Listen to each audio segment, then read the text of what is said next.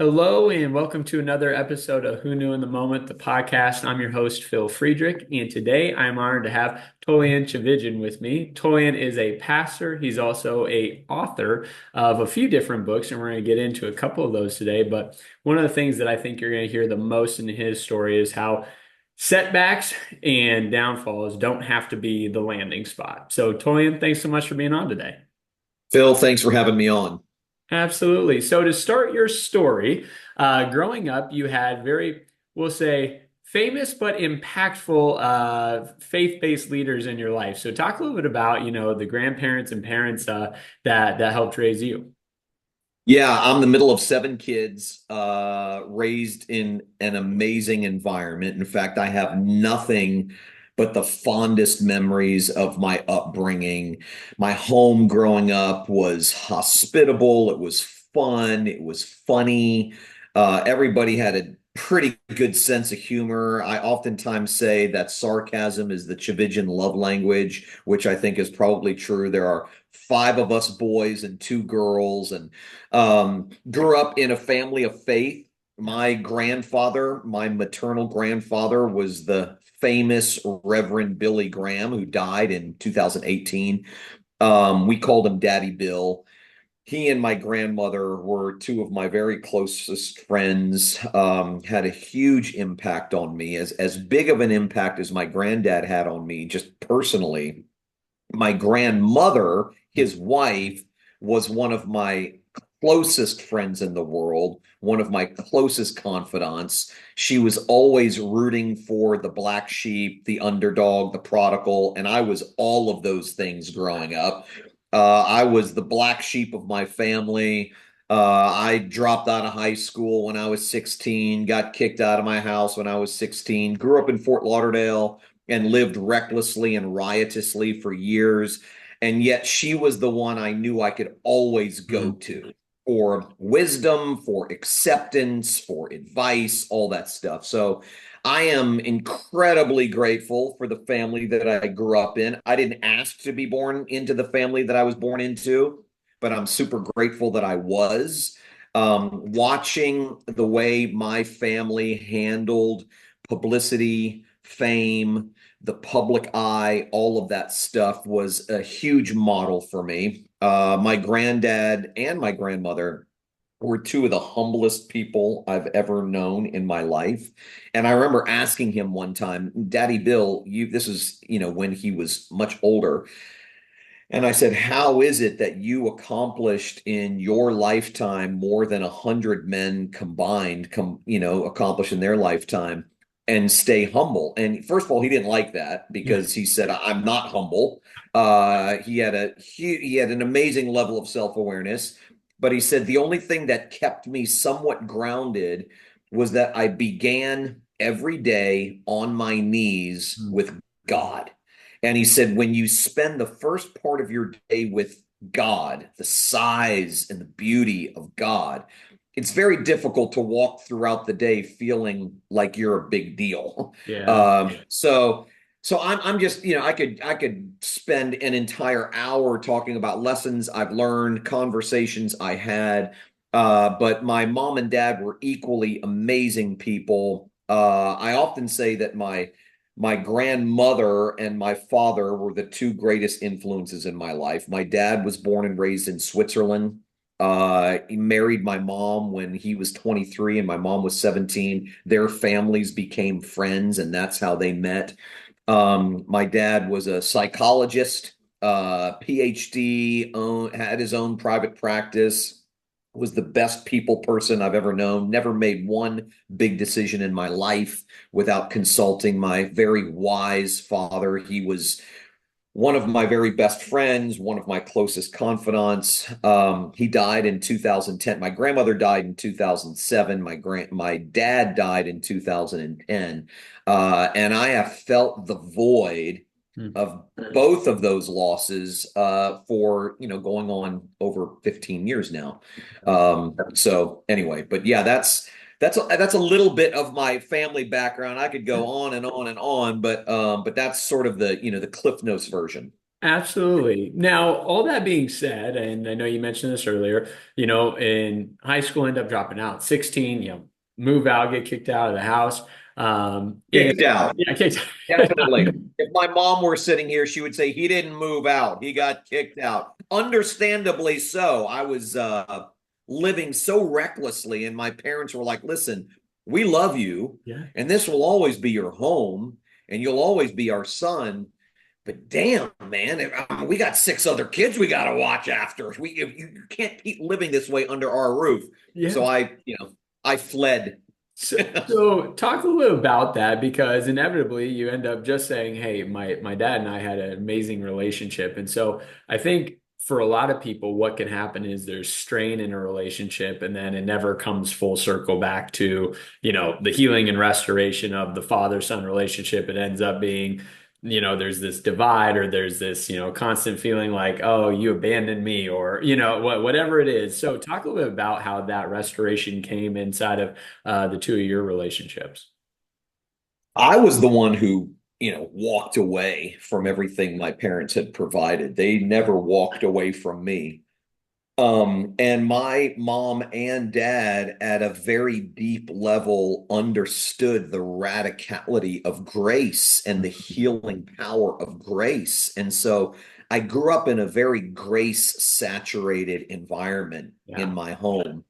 And due to the fact, I'm sure that my dad was a psychologist, he was dealing with people in crises and people with problems all day, every day.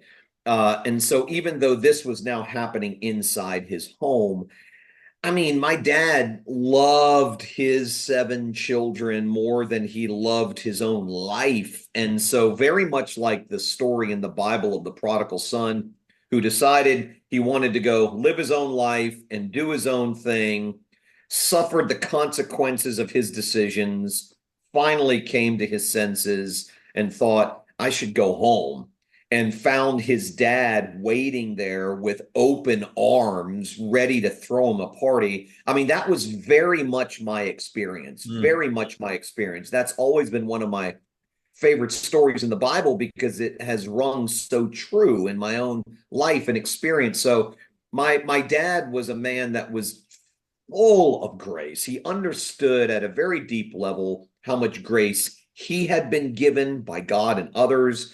He understood at a very deep level how much God loved him in spite of his own messiness. So that translated very well horizontally in his Yeah. relationships, especially with his children. I love it. Now, as you have this, coming back moment, you end up attending the seminary in Orlando. And so, there must have been some level of you that always had, this faith life in the background. And I know you said, hey, although my, grandparents were very much in their faith life, there was no pressure for me to go down this road. So talk a little bit about, maybe 5, 6 years earlier, feeling like, hey, I'm living life my way, and 5 or 6 years later, feeling so compelled to want to, make this a career or a livelihood.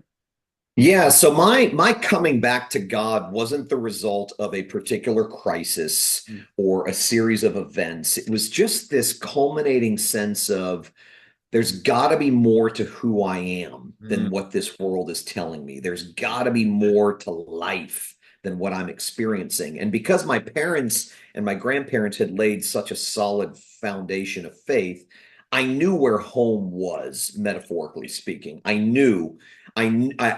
never disbelieved in God in all of my wilderness wanderings and reckless living. I never thought to myself, God isn't real, God isn't there, God doesn't love me. I never thought about that. I never thought that. I felt like God was this cosmic killjoy who was going to get in the way of everything I wanted to do to have fun. And after I sowed my wild oats, I'd eventually get back to him. That was kind of always in the back of my mind. Yeah. And of course, the way that I was living took its toll, and I realized, man, this is just not all that it's cracked up to be. I feel emptier inside. There are voids that I'm trying to fill with things that can never ultimately fill them. And so my relationship with God started in earnest in my early 20s.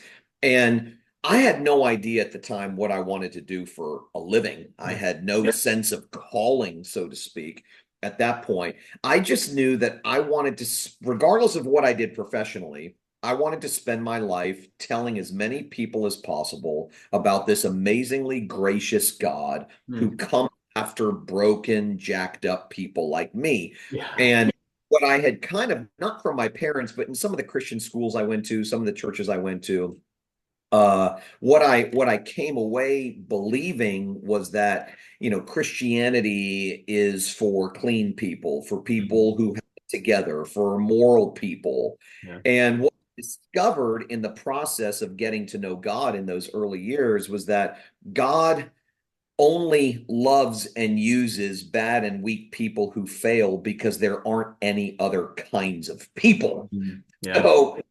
So that gave me a whole deep appreciation for the grace of God, the mercy of God, the unconditionality of God's love. And I was sort of the leader of the crew of ragamuffins that I've been running around with for years. And anytime, we would sit around my apartment and do bong hits for, 3 hours, and then I would start talking about God, stoned out of my mind. And, they would ask me questions, and some of their rejection of God was based on their belief that God expects us to be clean. And if we're dirty, he won't accept us. He won't approve of us. He won't love us. So if we're gonna get God's love, if we're gonna get God's approval, we have to stop doing all this stuff and get clean and all of that. And I wanted to tell them that's completely false, man. Totally false. So I didn't know what form it would take. When I did become a Christian early in my 20s, God gave me this overwhelming hunger and thirst to study and to learn, which is comical to people who knew me best because I hated school. I never read books. I Yeah. couldn't stand schoolwork. It's one of the reasons I dropped out. I was not a good student.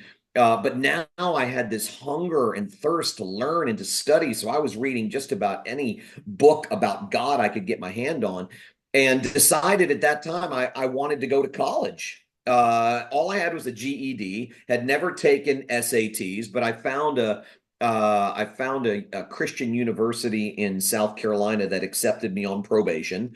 So I went there. I got married the first time in July of 1994. So me and my new wife moved to South Carolina, studied philosophy, was graduated in 3.5 years. During my time in college, decided I want to go to seminary. I still didn't know what I wanted to do, but I wanted to study history and theology and philosophy and those sorts of things. I wanted to study Hebrew and Greek, the original languages that the Bible was written in.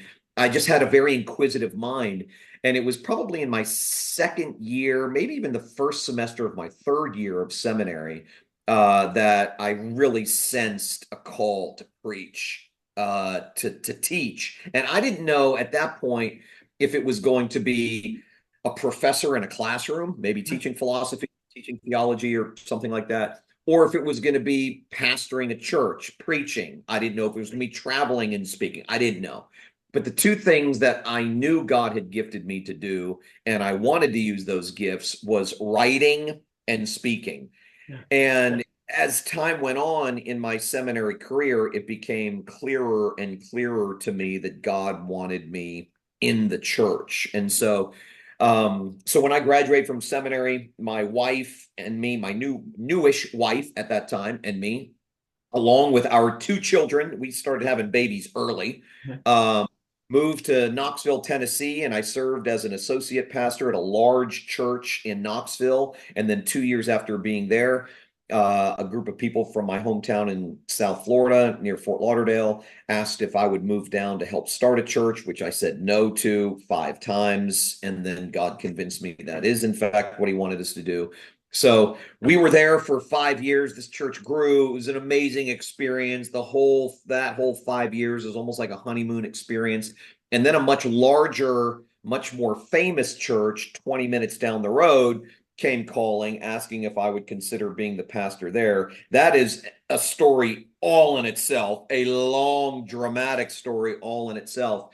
But eventually we ended up going there, and I was there for 6.5 years when I completely tanked, bottomed out, crashed and burned, blew up my life, and blew up the lives of the people that I love most.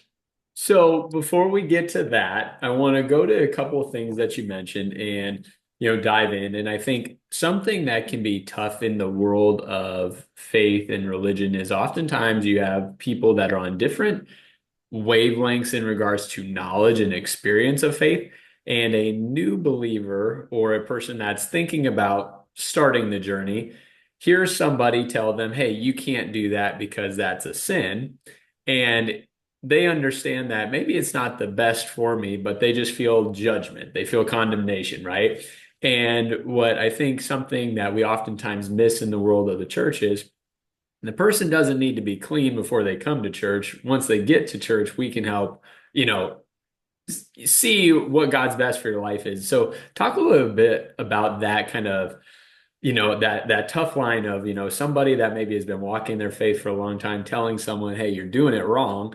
And Mm. that person feeling more judged than they do feel called to start, looking into what faith means. Yeah, so I am of the deepest conviction that it is God's job to change people and it's our job to love them, Mm. period. Full Yeah. stop. So that simplifies my relationship with everybody. I Yeah. don't have to fix you. I'm not called to change you. I'm not called to point out everything that I think you're doing wrong. That's God's job to do that stuff, that inner transformative work. And the way God chooses to do that in people is through our loving them, especially at their worst, Yeah. especially at their messiest. And there's a writer that I love who died a number of years ago now by the name of Robert Capon. And he said, it's always boggled my mind that churches try to create people into the kind of persons that Jesus would have never had to die for.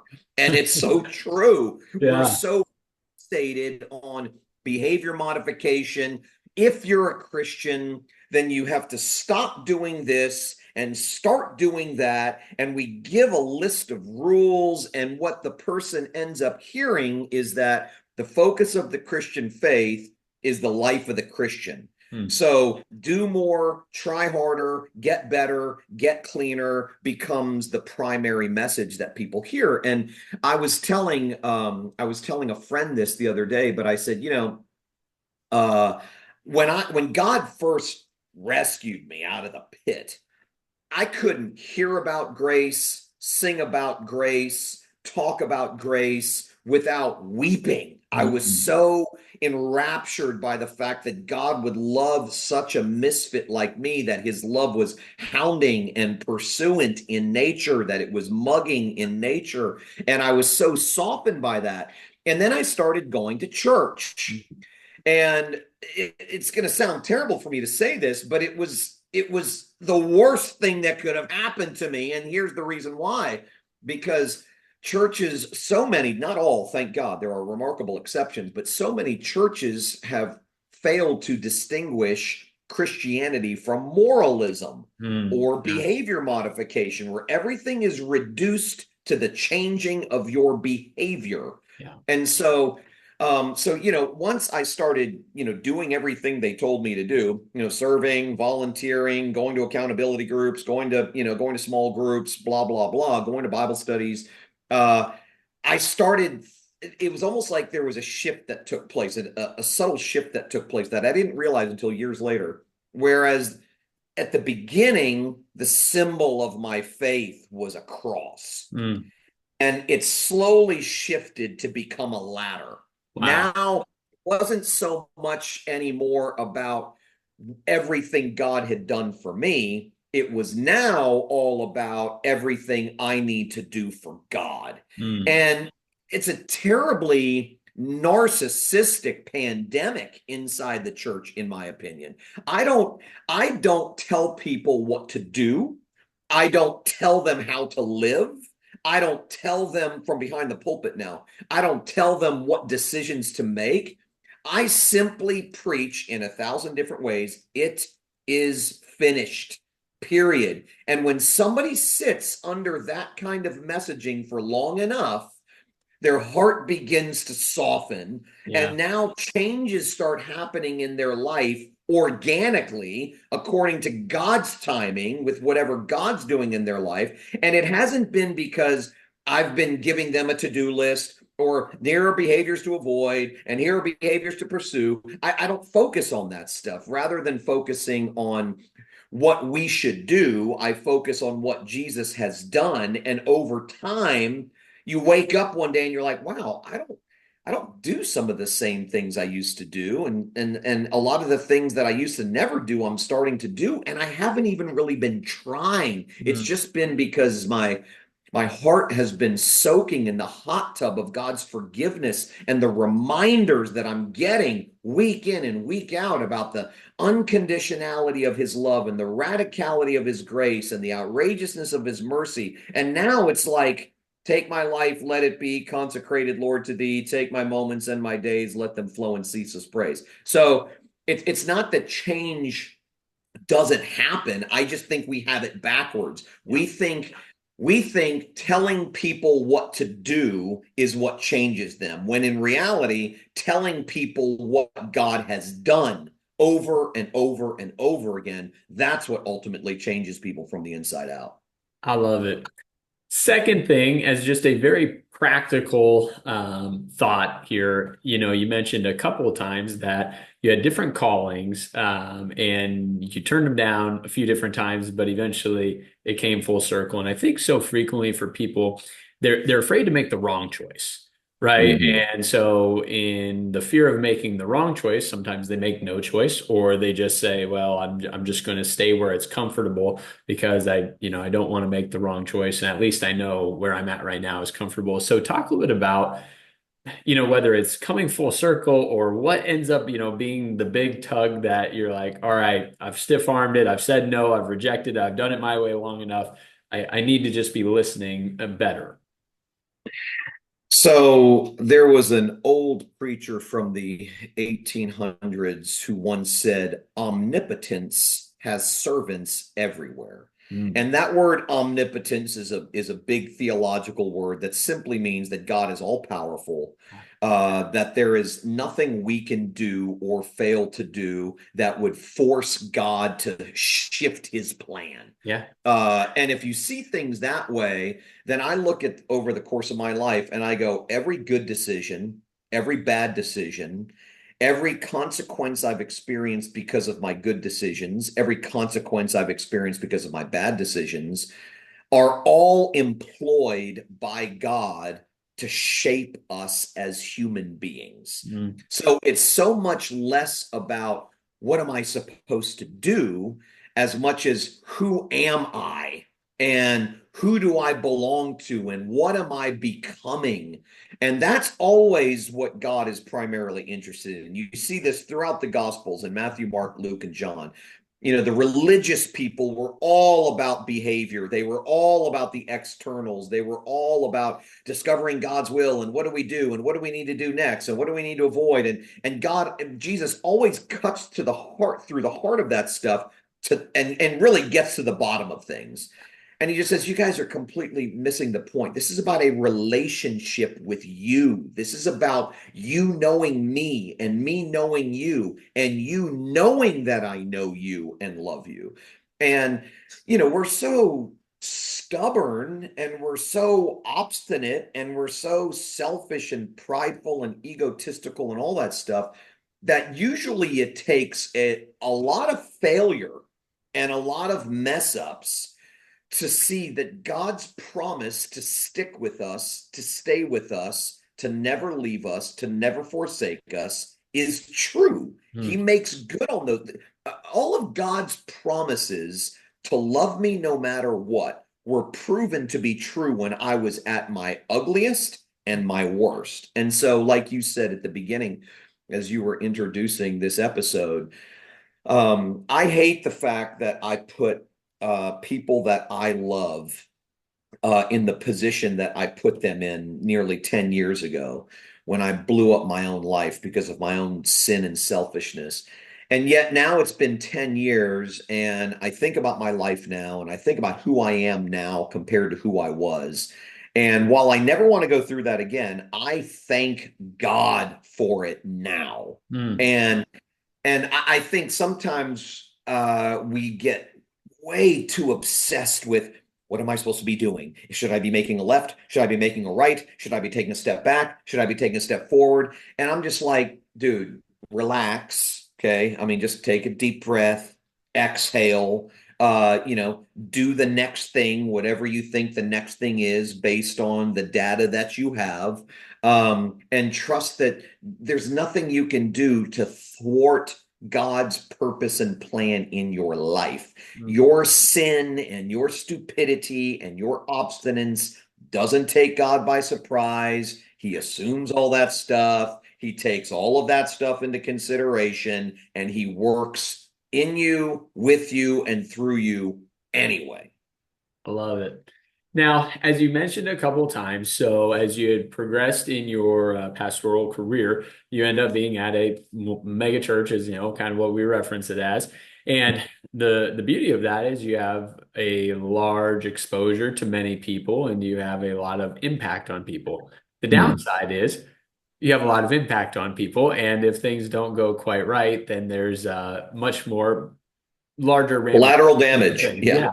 Yeah. Yeah. And so in your walk, as you Hmm. had mentioned, you had been married, end up having an affair. And I think Hmm. one perception that is interesting, and the pastor of the church that I go to goes, the tough thing about being a pastor is just because you become a pastor doesn't mean you stop being a guy.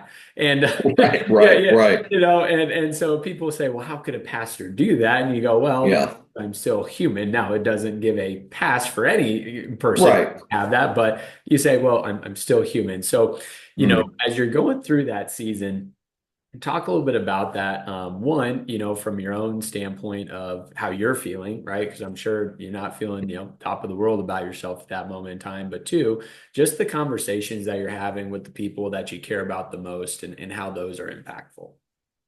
Yeah, so I was pastoring this famous mega church in Fort Lauderdale. I was writing a book a year. Handfuls of them became bestsellers. My sermons were broadcast around the world on television every week, on the radio every day. Professionally speaking, I was at the top of my game, at least in the industry that I was in. I was at the top of my game. Yeah. And my downfall wasn't because, and I think when it comes to affairs, there is some, relatively naive and simplistic black and white conclusions that people come to, but it didn't have much to do with sex for me. I mean, that was not my issue. My issue was I had been married since I was 21 years old. We had 3 kids. Life was busy. We were disconnected in some ways where we should have been connected, not physically, ironically, but in some ways mentally, in some ways emotionally, in some ways practically. And I was getting a lot of attention. And instead of recognizing that God had given me everything I needed and that everything I had and the people that were in my life were a gift from Him, Mm. I got greedy, and I felt alive as people were affirming me. Mm. As one of my friends says, I got addicted to freebasing accolades. Yeah. um and when those accolades are coming from women who are, in some way, shape, or form making it clear that they're interested rather than running in the opposite direction or recognizing what's going on, you indulge that, and it all seemingly starts off innocent. You're helping these people, they're asking you questions, blah blah blah. But I'm not naive enough to think that there wasn't something going on there in my heart and maybe in theirs too. And so I gave into that, and there was just this sick, sadistic sort of sense of entitlement I had. It was almost like if my life were made up of 10 boxes, nine of them were checked, and I was really satisfied and really happy with nine of them. But the marriage box was a little bit of a disconnect for me. It was the least satisfying of every dimension in my life, mostly, I'm sure, because of me. And I felt like, no, I want the 10th box checked also. I want all my boxes checked. And in that sense, I was enslaved to that Mhm. stuff and didn't even Yeah. realize it. And so my my crash and burn was God's way of setting me free from slavery that I didn't even know I was in Mhm. so many different ways. And my ex-wife Kim and I are on good terms. It's been 10 years. We share three children together. We have Gabe, who's 29 and has three kids and one on the way. My son Nate, who's 27. My daughter Jenna, who's 23. My current wife, Stacie, we've been married for 8.5 years. She has two sons, Hunter and Cole. Cole is 31. Hunter will be 25. They both live in Texas, where Stacie's from. So we have this blended family of five, three grandkids, one on the way. I look at my life now and I think, man, 6, 7, 8 years ago, I was hopeless. I mean, I was dead in the water, had no clue what I want to do with the rest of my life. And God just took me through the ringer. He deconstructed my insides from the guts on up. He connected me to people in recovery. I thankfully have never had a substance abuse issue, but my desperation connected me to other desperate people. Yeah. And I found myself sitting in circles with people who had hit rock bottom and realized I had so much more in common with them than I did most of the church people I'd ever been around my entire life. There was more honesty spoken in those circles. These are people who had run out of people to blame. These are people who were living with guilt and shame and loss and regret and, failure on their resume and dirt under their fingernails, just like me. And even though we all got there via different avenues, here we were. And just really changed me. I had great therapy, some good friends who stuck by me. I lost a lot of friends. I tell people all the time, when you're, you know, when you're at the top, it's very difficult to know who your friends are because everybody benefits from being around you. But when you're at the bottom and all you have to offer people is leprosy and liability, you realize pretty quickly you don't have nearly as many friends as you thought you had.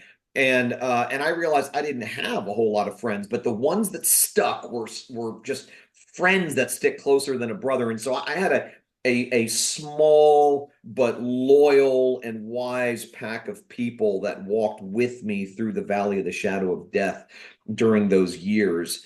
And of course, as time went on and my own self-awareness grew and I was able to figure out, okay, what went wrong? Who was I? What happened? Yeah. What was broken inside of me? All that stuff. I started to smell the fresh air of redemption. And I pinch myself almost every day now at the fact that I'm alive. My children are three of my very best friends. I have a wife that loves me. I have grandkids that love me. I get to lead this organization, the Sanctuary, with people that I know and love. The friendships I have now are more real than any of the ones I had before. And so there is, as God says, beauty that comes out of the ashes. And it's not because I did anything right or read the right books or followed the right steps or anything like that. It was just God over time, systematically deconstructing me, reconstructing me, setting me free, and surrounding me with people who loved me no matter what. I love it. Now, as you're working through that, I think, we as humans, some people struggle to receive a compliment, let alone to really receive grace, to really Mm. believe the forgiveness. So talk about that for you, kind of the internal workings of that as, you sat down with the close friends. You had the difficult conversation, the transparent Mm, conversation, and they said, you messed up, but I love you and mm, I'm here for you. Talk about just being mm. able to receive that. I think for a lot of people, it's something, when they feel down about themselves, to hear that and actually believe it and receive it can be really difficult. Yeah, so in the recovery world, they talk about that in terms of making amends, going to people you have hurt and apologizing. Now, sometimes that's not possible because making amends has to be something that the person you have hurt is also ready to receive. Yeah. And some of them aren't ready to receive it for whatever reason. And some of them, this side of heaven, will never be able to receive it. And you have to be sensitive to that. Otherwise, it feels like, no, you have to listen to me because I got to get this off my chest. And then it becomes all about you again. Yep. Rather than loving them and going, there are some people that I know I can sit down with and look at them in the eye and say, I am so sorry. And for them to go, I forgive you and I love you. And then there are other people who aren't ready to hear that or who, for whatever reason, can't hear that. Yeah. And so it's a very it requires help and guidance and wisdom from God to know how to go about making amends. I talk a lot about living amends, which is a lifestyle of making amends. Hmm.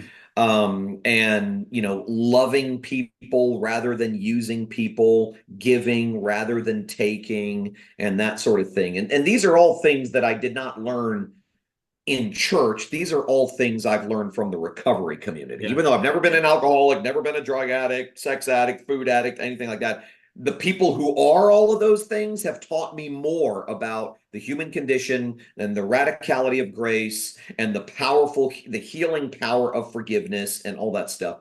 So it has been, like I said, it's been nearly 10 years. Those primary relationships where amends needed to be made, my ex-wife, Kim, my three children, some of my extended family, people like that who were primarily affected by my infidelity.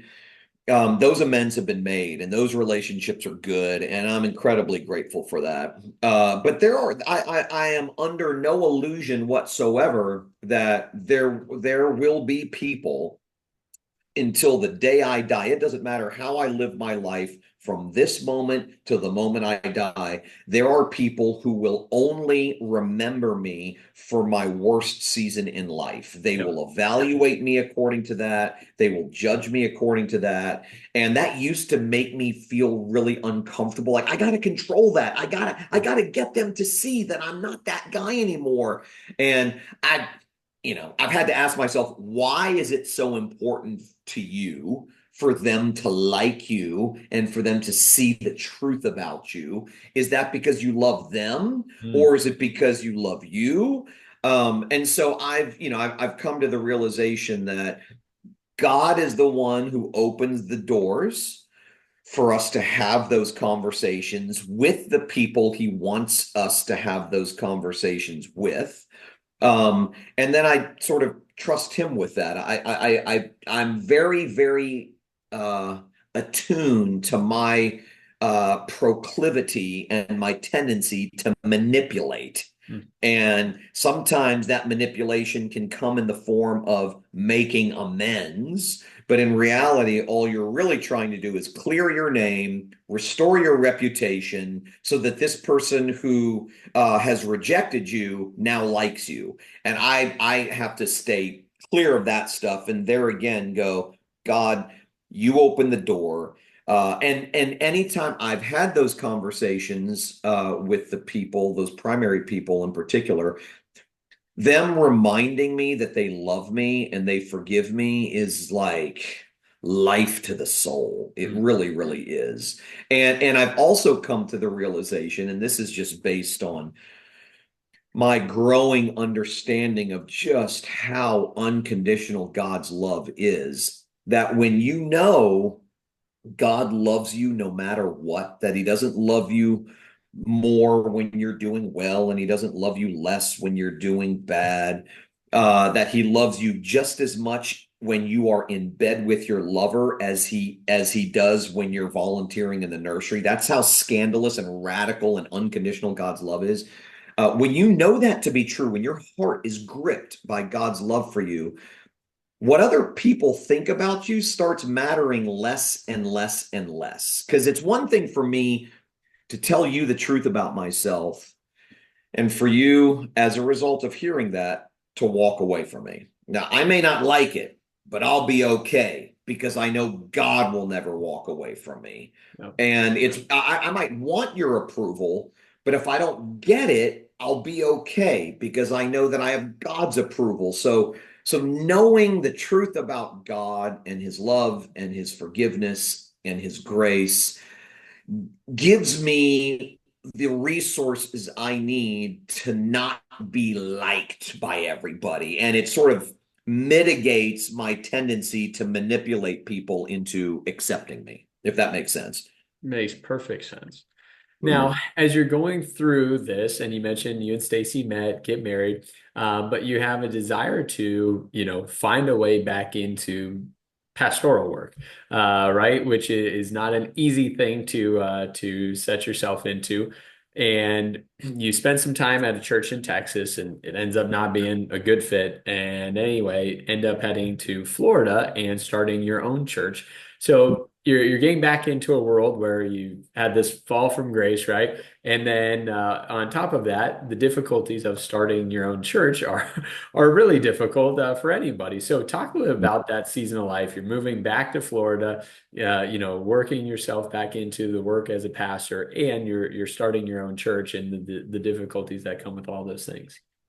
Yeah, so few corrections to the story. One, I never, ever wanted to get back into pastoral ministry. Mm, I mean, ever. After 2015, when I was officially canceled by the Christian culture, yeah. I never wanted to get back into pastoral ministry. It was the last thing I wanted to do. I realized during that season that the Christian culture flees when the shit hits the fan. And I was not about to entrust my life or my livelihood back into the hands of Christians again. I didn't mean I wasn't one. I didn't stop believing in God. In fact, I started believing in the truth of the gospel even more Yeah. when I needed it the most. It had nothing to do with that. So I never wanted to. I was approached by a rural cowboy church in Texas when my wife Stacie and I lived there. We lived there the first year we were married, from fall of 2016 through the spring of 2017. And I wasn't working. I was doing some consulting and coaching on the side, but really wasn't working full time. My wife had a full time job. We lived in Texas for a year, and about 6 months into my time there, I was approached by this cowboy church pastor who is still a very good friend of mine. We are the oddest of couples. I mean, I'm like South Beach, South Florida, Miami Vice vibes all the way. And he is a redneck and is proud to be called that. Total cowboy.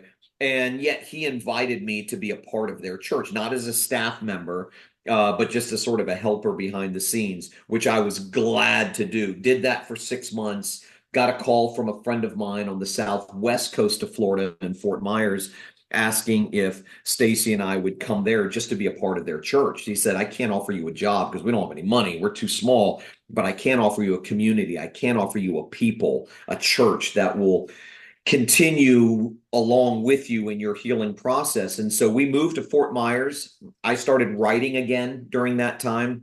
And the kind of writing I felt called to at that time was raw, real, memoirish. I wanted to really go first in the sense of exposing the worst parts of me so that people could see the best parts of God. And as I was writing and putting this stuff out there, I started getting invitations to speak. So for 18 months, Stacie and I literally traveled the country and even outside of the country to speak, for me to speak. And as grateful as I was for that, and I love the people that I met while I was on the road for 18 months.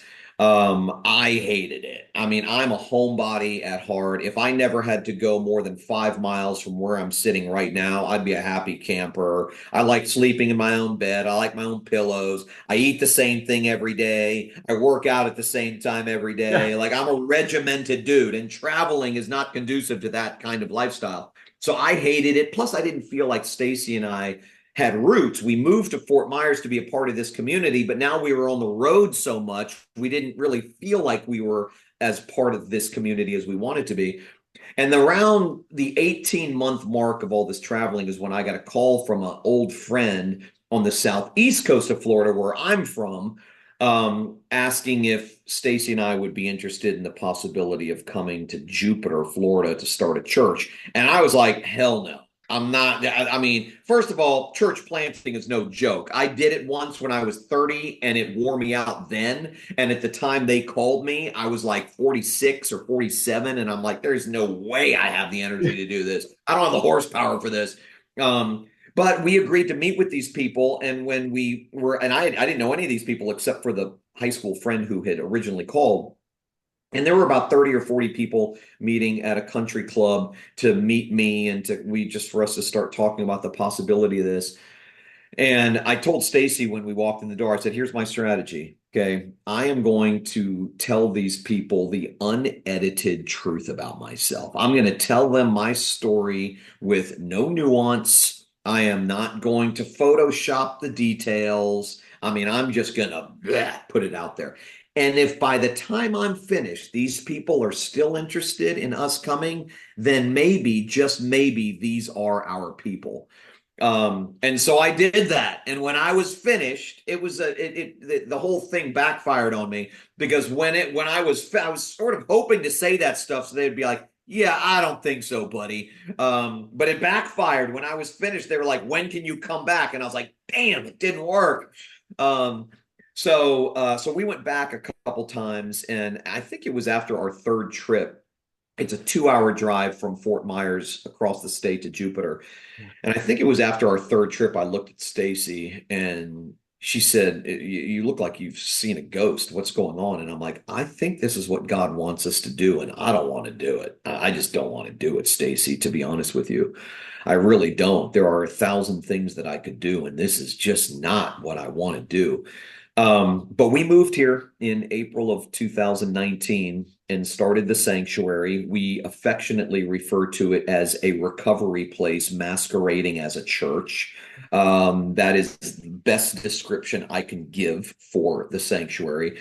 It's small. We have a massive online audience, but the in-person services are small. I mean, 150, 200 people, something like that. I like it like that because I get to know everybody and everybody knows me, and I love that. Um, and what God has done in and through this place in the last 5 years has been absolutely remarkable. I've never felt more free. I've never felt more loved. This place has been an absolute gift. So all of my reluctance going into it, God has sort of flipped the script on me. And now I think to myself, what would I do without this place? What would I do without these people? I mean, these are my people. We're like the misfit church led by a misfit preacher filled with misfit people. And I love it. We are so outside of the system. And I love it. So most of my friends these days are not pastors. There are people in recovery, people at the gym, people at the restaurants we frequent. I mean, I am finally, after 50 years, I am finally ministering to the kinds of people I've always wanted to minister to. And after 50 years, I am finally surrounded by the kinds of people I've always longed to be surrounded by. So we're in a sweet spot right now. I love it. Well, speaking of sweet spot and where you're at right now, as you had mentioned earlier, been writing books, and your most recent book, Carnage and Grace. Talk a little bit about that, and a little bit of the highlight of why people You are mean this one? that one. Carnage? Hey. which can be found on Amazon.com. Yes. Um, Dude, that was so I've written 8 books, and the last one I wrote before Carnage and Grace was published January 1st, 2015. 5 months later, my life blew up. Um, and of course, writing moved to the back burner. My life was a complete mess. There was just, I mean, everything around me was noisy. Writing was not in the cards for me at that point. But as things slowly started to settle down and time went on, I started thinking, at some point I really, really want if I believe everything I say I believe about redemption and grace and God's love, then I want to tell my story at some point. I don't know when that's going to be. I don't even know how to do that or what to say, what not to say, but I'd like to. As time went on even more, I started jotting things down, writing things down, almost journaling, really. Some of my experiences, exploring the insides of me, the aches, the pains, the guilt, the shame, the regret, the loss, how God's grace met me in my darkest moments in the, sort of in the dark corners of my life. And then I started thinking maybe I should start putting some of this into a book. Maybe I should kind of start thinking in terms of books rather than just journal entries, or a book instead of journal entries. So I talked to my literary agent at the time and said, "What do you think?" And I decided at that point that I was going to write the book, not pursue a publisher at this point. Every book I'd ever written before that, I wrote because a publisher had first approached me, signed me up to write a book, and then I wrote it. I went the opposite direction this time because I really wanted to write rawly. I wanted to write transparently. I wanted to write in a very sort of earthy, salty way because the story itself is earthy and salty. And I didn't want a publisher saying, "No, you can't say that," or "You can't use that word," or "You need to tailor that back." So I was like, I'm gonna write this thing, and then we can shop it to publishers and see if anybody wants to publish it. So I hired a very good friend of mine by the name of John Blaze, who's an editor extraordinaire, and he pulled this book. I wrote this, I mean, he pulled it out of me. We would spend hours a week on the phone for months and months and months, and he would just pull stuff out of me, pull stuff, and he would make me very uncomfortable because he would push me like, "No, no, go further with that." I'm like, "John, I don't want to go further with that. Like, that's a sensitive spot. No, go further with that." It would normally take me anywhere between 6 and 8 months to write a book. This one took me almost 18 months to write because I had to put it aside so many times because it was too hard. I mean, I had to revisit the hardest moments of my life. I cried. My wife and daughter can testify to this because they live with me. I cried more in during that 18-month period of writing Carnage and Grace than I had in the 10 years previous, I'm sure. It was just hard. And there were a lot of therapeutic things that happened inside me that as I wrote the book, some amazing things that happened inside me that, as I wrote the book. But finally finished it. A friend of mine owns a publisher, and I pitched it to him, and he's like, "Dude, we want it. We'd love it. We need more stories like this out there." It was a hard book to sell because it was too salty for Christian publishers, and it was too spiritual for non-Christian publishers. Yeah. So it was a book that was kind of in no man's land. I mean, I'm not a gratuitous cusser, but there is salty language in here because the story is salty, and everything in here that is salty actually happened. And I wanted to tell the truth as it was and as it is. So we found a publisher, and it came out in March of 2024. And I'm proud of it. I'm glad it's over. I'm glad it's out of me. But the reception it's received has been remarkable. People have come out of the woodworks, and I think because I've been so out there with my own story, people feel safe Yeah. reaching out to me and telling me their story. So I get hundreds of messages every week from literally people all over the world who, I mean, people in pastoral leadership, people in church leadership, just people in life who are stuck somewhere. They don't know who to tell because they're afraid that they'll be rejected, and they feel safe telling me because they know that I've gone through some of the same stuff.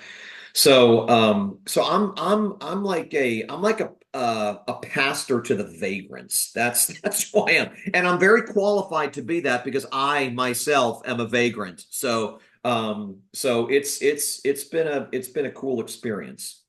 I love it. Well, you and I will have to do this again because I feel like we could have went for hours on many of these topics. But I just want to say thanks so much for sharing your journey and all the amazing stories that you have on where you're at. But I'm so excited to see all the work and amazing things you're going to continue to do. And yeah, can't wait to do this again and highlight all the amazing impacts you're having on people's lives. Thanks, Phil. Seriously, I appreciate it, man. Thanks for having me on. This would have gone a lot quicker had I not talked so much, but that's the risk that you run when you invite me onto a podcast.